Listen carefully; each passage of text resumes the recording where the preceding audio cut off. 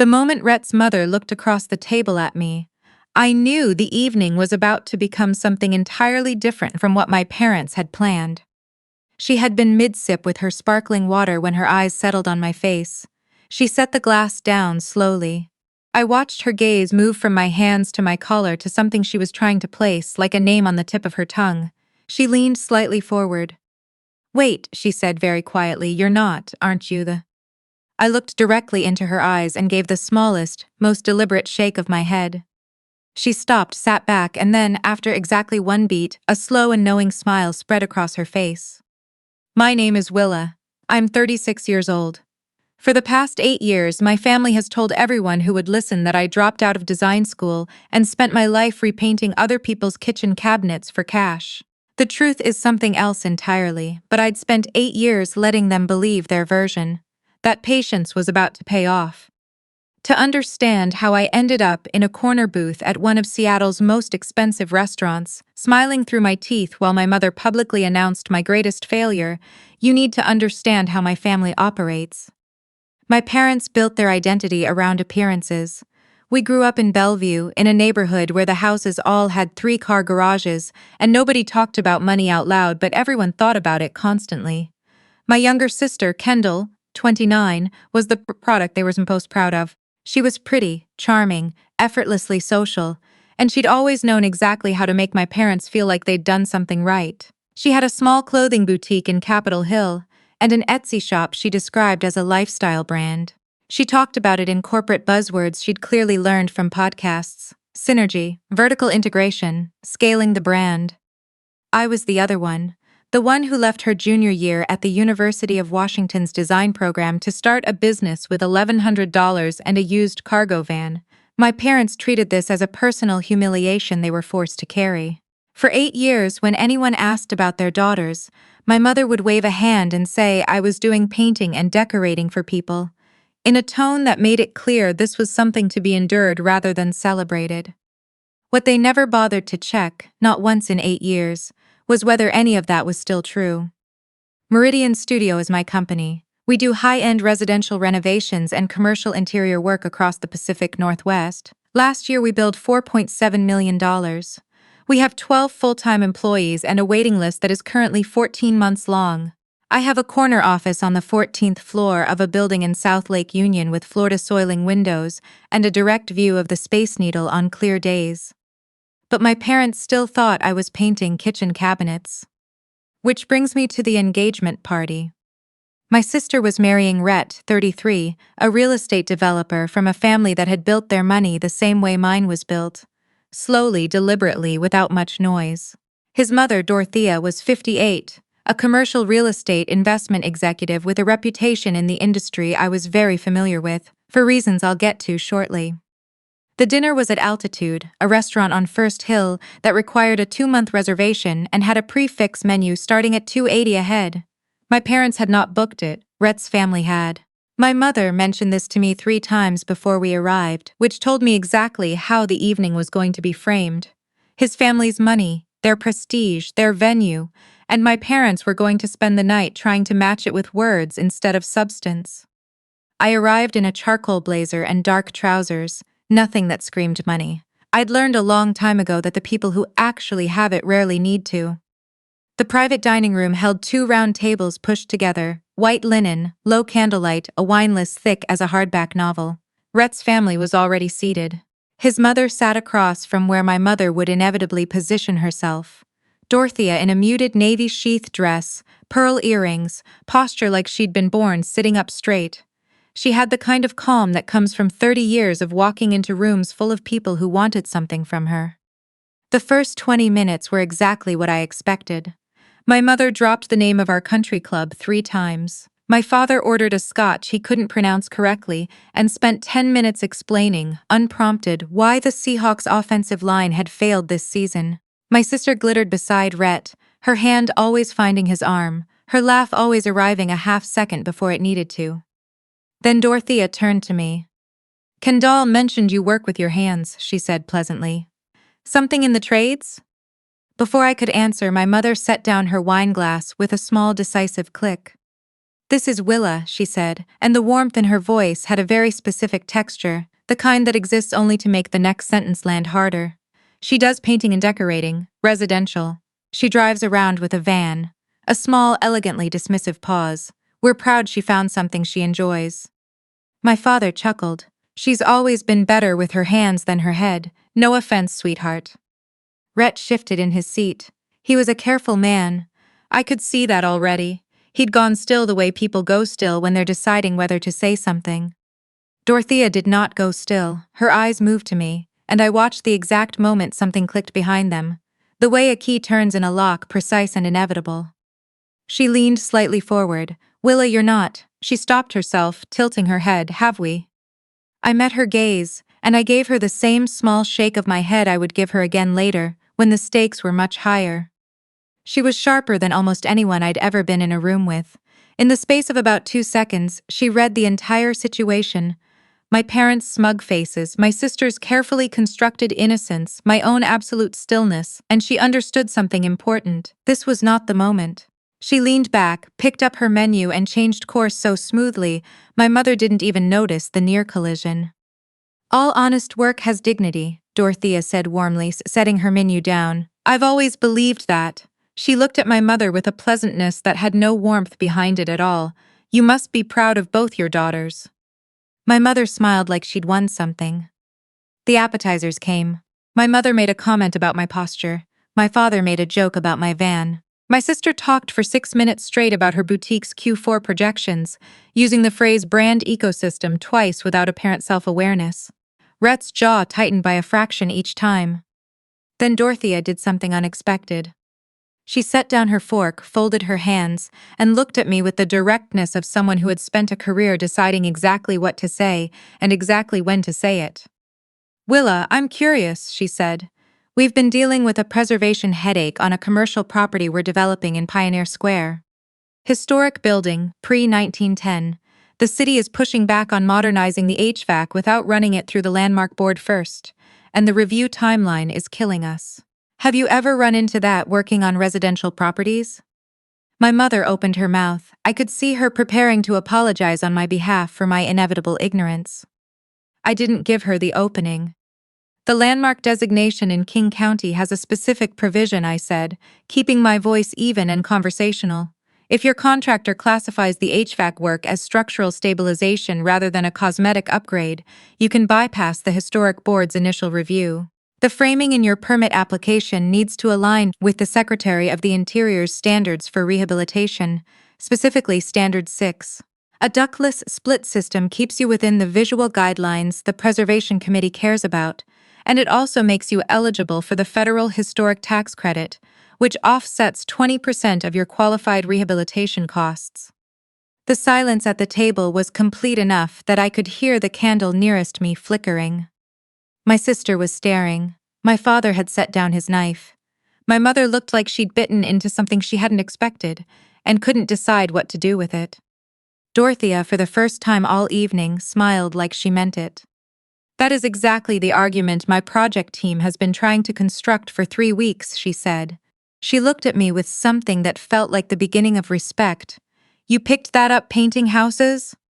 "You pick up a lot," I said, "when you pay attention to what's underneath things."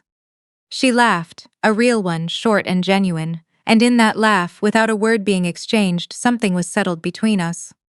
My mother recovered quickly. She said something about how I read trade magazines on the bus. She redirected the conversation toward my sister's boutique. My sister gratefully took over. I ate my halibut and watched her perform, and I thought about the Wickham House. The check arrived near 10 o'clock. It was placed in a dark leather folder at the center of the table, and for a long moment no one reached for it. My father developed a sudden intense interest in the ceiling. My mother began reapplying her lip color. My sister opened her clutch, closed it, opened it again, and then pressed her fingertips to her temple like the onset of a migraine. "Oh no," she said softly. "My card, I've been disputing a charge with my bank all week and they put a temporary freeze on everything. I'm so embarrassed." She looked up at Rhett with wide eyes. "I can sort it out Monday." "I'll cover it," Rhett said, already reaching. "Absolutely not." My mother's hand shot out to stop him. The gesture was practiced. You're a guest tonight, this is our family's celebration. Then she picked up the folder, looked at the total, I caught a glimpse of it, $3,800, set the folder back down, and slid it across the table to me. Willa does cash jobs, my father said cheerfully. She must get plenty of tips from her clients. My mother nodded. You have no mortgage, no real expenses. Think of it as your gift to your sister. I looked at my father, then at my mother, then at the leather folder sitting in front of me like a challenge. I did not argue, I did not explain. I reached into the inside pocket of my blazer and removed my card holder. Inside was an American Express Centurion card, matte black, heavier than it looks, immediately recognizable to anyone who has ever handled one. The initiation fee alone is $10,000. The minimum annual spend to maintain one is over $500,000. I set it in the folder and signaled the server. Dorothea watched me do it.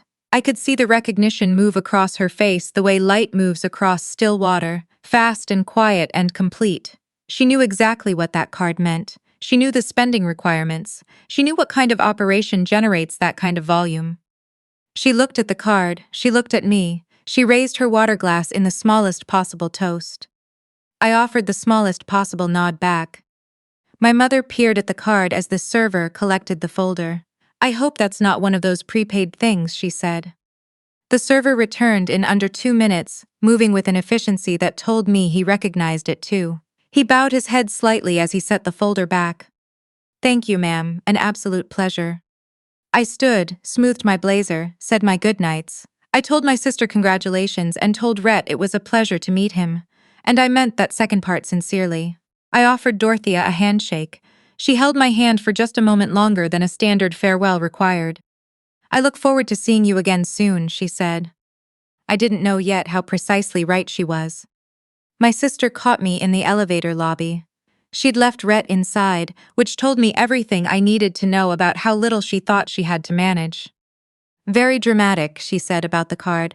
I know what you were doing, trying to impress his mother. I was paying for dinner, I said. She ignored that. I need you to do something for me. The venue we booked, the Wickham House, they just finished a complete renovation of the whole property. Brand new interiors, apparently incredible. There's a 6-month wait to book it. She paused, giving this appropriate wait. The new management is very particular about the condition of the space before vendors arrive. I need your crew there 3 days before the wedding. Full deep clean, the ballroom, the terrace, the bridal suite. She looked at me evenly, for free. It's the least you can do, since we both know you can't afford anything off our registry. I stood very still for a moment. The Wickham House was a 1908 landmark property in Madison Valley that I knew because I had spent 11 months redesigning every interior space within it. My firm, Meridian Studio, had won the renovation contract 18 months ago. We had stripped the ballroom back to the original fir floors, sourced period-correct pendant lights fabricated in Portland, coordinated with the same preservation office I'd referenced so casually at dinner, and delivered the project under budget and 3 weeks ahead of schedule. The venue management had been so pleased they'd signed Meridian to an ongoing staging and maintenance contract. My sister wanted me to come scrub it. You're right, I said. Families should show up for each other. I'll make sure my team is there. She blinked. She'd expected resistance. The absence of it unsettled her briefly before her ego filled the gap back in. Use the service entrance, she said. The loading dock on the east side. I don't want Rhett's family seeing you walking through the front with the vendors. Of course, I said. Her rideshare pulled up. She got in without looking back. I stood on the sidewalk in the mild Seattle night and felt something settle into place the way the last board of a hardwood floor locks in. Quiet, final, and exactly right. What happened over the following 2 weeks I'll describe briefly, because the details are ugly in the way that family crimes are always ugly. Not dramatic, just sad and deliberate. My mother called 4 days after the dinner. She needed me to co-sign a $35,000 financing agreement for my sister's wedding dress, a custom gown from a bridal atelier in New York. My mother explained that my sister had her assets tied up in inventory and that my credit would be clean since I had no real expenses. I declined. My mother told me I was selfish and that I owed my sister for the embarrassment I'd caused this family by failing so publicly. I hung up. 2 days later, Quinn, who runs operations for Meridian, flagged an anomaly in my credit monitoring service. A personal loan taken out 11 months prior, $65,000 at just under 18% interest, now in default, had appeared on my report. The name on the account was mine. The signature on the digital application was not, or rather, it was a practiced imitation, confident enough to pass a basic verification. The originating IP address traced back to a residential address in Bellevue. My parents' house. The routing number for the loan disbursement led to a joint checking account in their names. They had kept my social security number from when I was a teenager living under their roof. They had used it to borrow $65,000. They had applied that money to venue deposits, catering down payments, and the first installment on the dress my sister wanted. And then they had stopped making payments and let the loan sit in default, presumably certain I would never know, or would be too financially precarious to fight it. I sat in my office for a long time looking at the documentation Quinn had assembled. I felt something, but it wasn't grief. It was closer to the feeling of finally seeing a complete picture after years of having pieces withheld. I texted Rhett from my personal number. I told him I thought we should speak privately. He responded in 11 minutes. He said he'd been thinking the same thing. We met at the Columbia Tower Club, a members-only space on the 75th floor, with a view of the city that made Seattle's complicated weather field beside the point. Rhett was already seated when I arrived. He looked like a man who hadn't slept as well as he was pretending to. He got to the point immediately. "Your sister told me the card you used at dinner was a corporate purchasing account," he said. "That one of your clients gives you one to buy supplies." He watched me carefully. "I'm a real estate developer. I've held Centurion cards in my hand. I know what it takes to qualify for one." "You're observant," I said. "I'm also a man who is about to legally merge his finances with a woman I'm starting to think I don't actually know." He set his espresso down. "Your parents treat you with open contempt. Your sister talks about you the way people talk about a stray they've decided to feed out of obligation. But at that dinner, you knew more about historic preservation permitting in King County than the consultant I paid $12,000 to brief me." He looked at me steadily. "Who are you, Willa?" The door to the private room opened before I could answer. Dorothea walked in. She had that quality some powerful people have of never seeming to hurry and yet always arriving exactly when needed. She sat down across from her son, looked at him with something between love and impatience, and said, "I'm here because it's time you knew what you were actually walking into." She turned to me. "I recognized you at the restaurant. I wasn't certain until the card." Rhett looked between us. "You two know each other." "We've worked together for 2 years, Dorothea said. "Willa is the founder and principal of Meridian Studio. Her firm is currently managing the interior renovation of a $15 million mixed-use development project I'm leading in Belltown. She is one of the most sought-after design consultants in the Pacific Northwest." She looked at her son steadily. "And the woman your fiancé introduced to me as the family disappointment who drives around with a van." Rhett was quiet for a long moment. "The Wickham House," he said finally. He looked at me. "She wants you to clean it." "Meridian Studio designed every inch of that renovation," I said. "We hold the ongoing staging contract. I'm not going there to clean it. I have the design rights and the maintenance agreement." Rhett pressed his palms flat on the table. "What else is she hiding?" he asked. "Run a financial background check," I said. "Her business filings, her credit history, her LLC status, all of it." He nodded once. He already looked like a man who'd been expecting to hear exactly that. "Rhett is thorough. He had the reports within 48 hours. My sister's boutique had been involuntarily dissolved by the state 9 months ago for failure to file annual reports and failure to pay sales tax. She owed her former retail landlord $22,000 in back rent. She was carrying $160,000 in personal debt, multiple maxed credit cards, a personal loan from a subprime lender, an outstanding balance with a medical credit company she'd used for cosmetic procedures she'd told Rhett were covered by insurance. Since their engagement, she had transferred $38,000 from their joint account to accounts that traced back to her own debts and to my parents.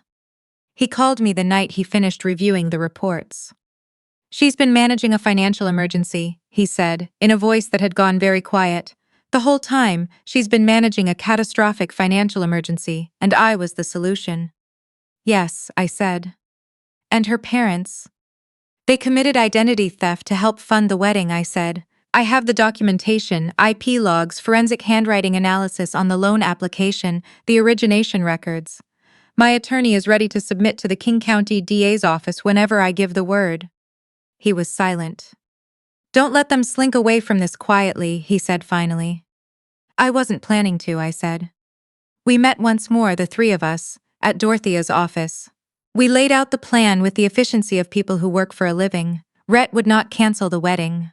He would allow the ceremony to proceed. It would not be legally binding, as he'd informed the officiant of a pending documentation issue with the county clerk, which bought him cover. He would let the reception begin, and then he would speak. I would be there, not through the service entrance, not in a painter's uniform.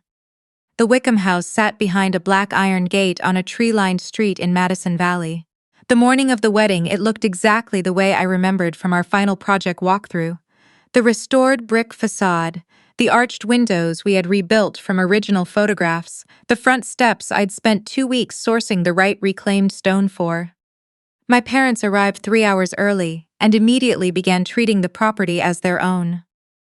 My mother ran a finger along one of the restored oak mantels and pursed her lips at imaginary dust. My father corrected a member of the catering staff about tablecloth placement loudly in front of arriving vendors.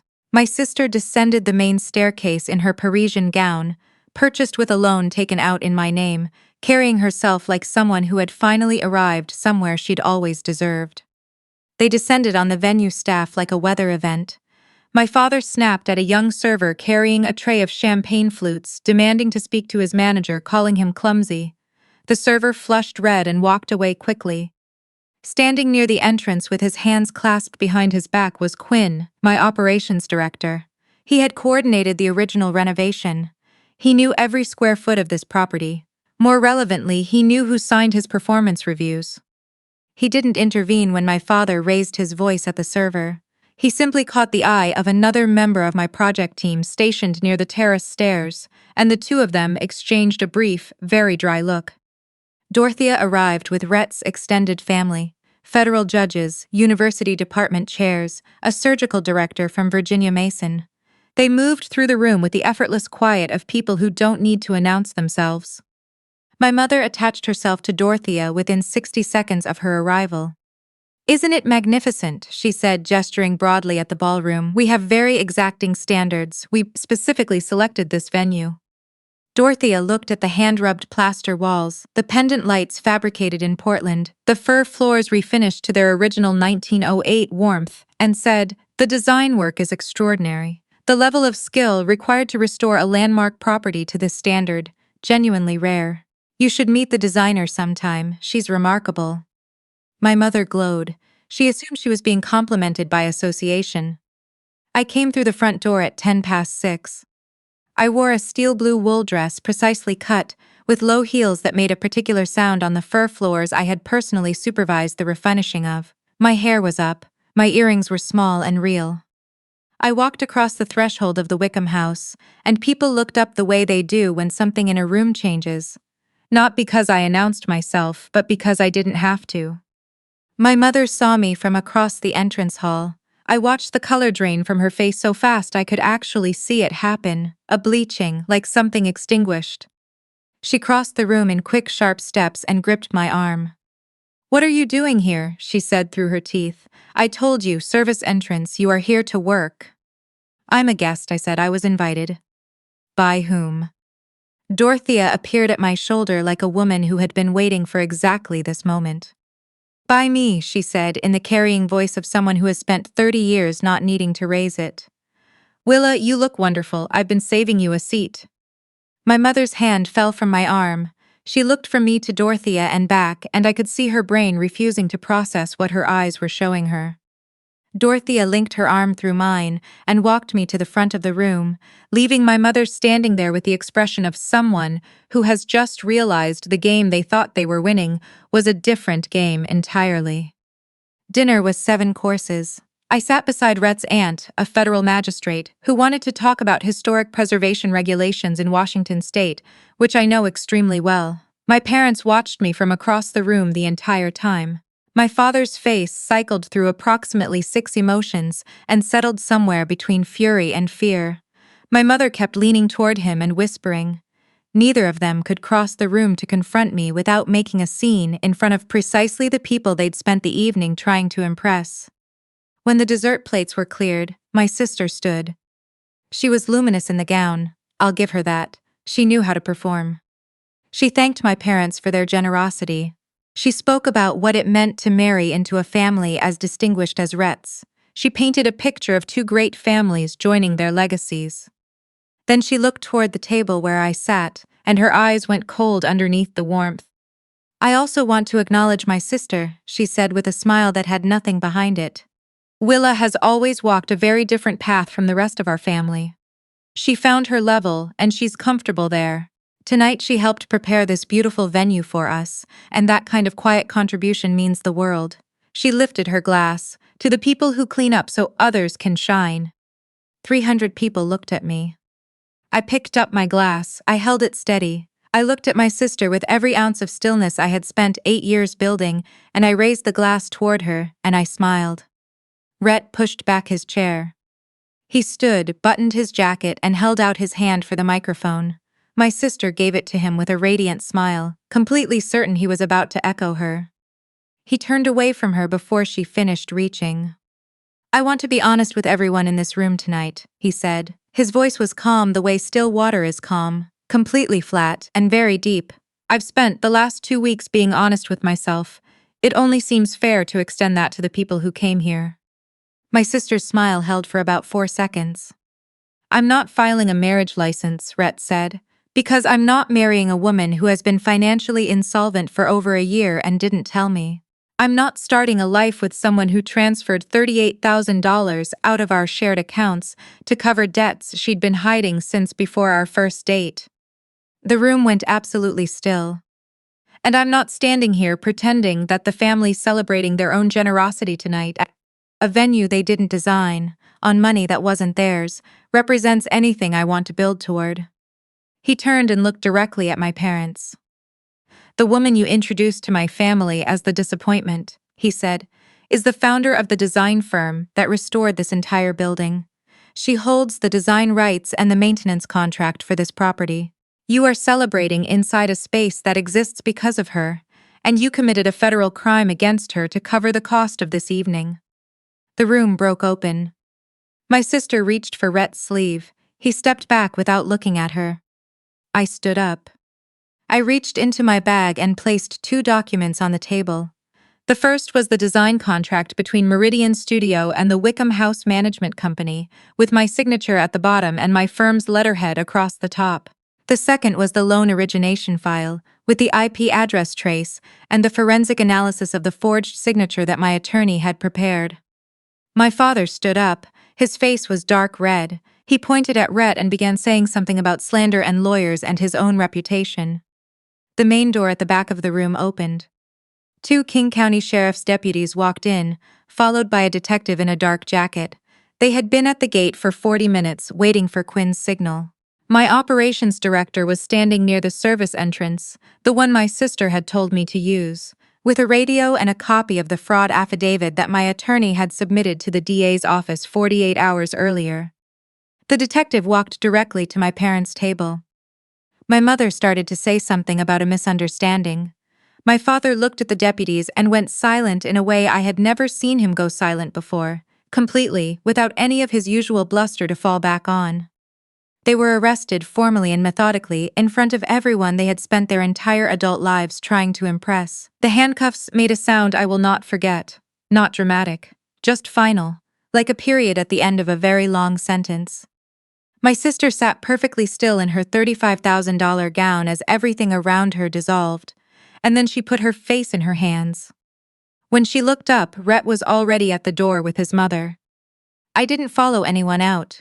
I stood in the room I had helped build, in the light from the fixtures I had sourced, on the floors I had overseen, and I let the moment settle quietly. A woman from Rhett's family stopped beside me on her way to get her coat. "Did you really design all of this?" she asked. "Every inch," I said.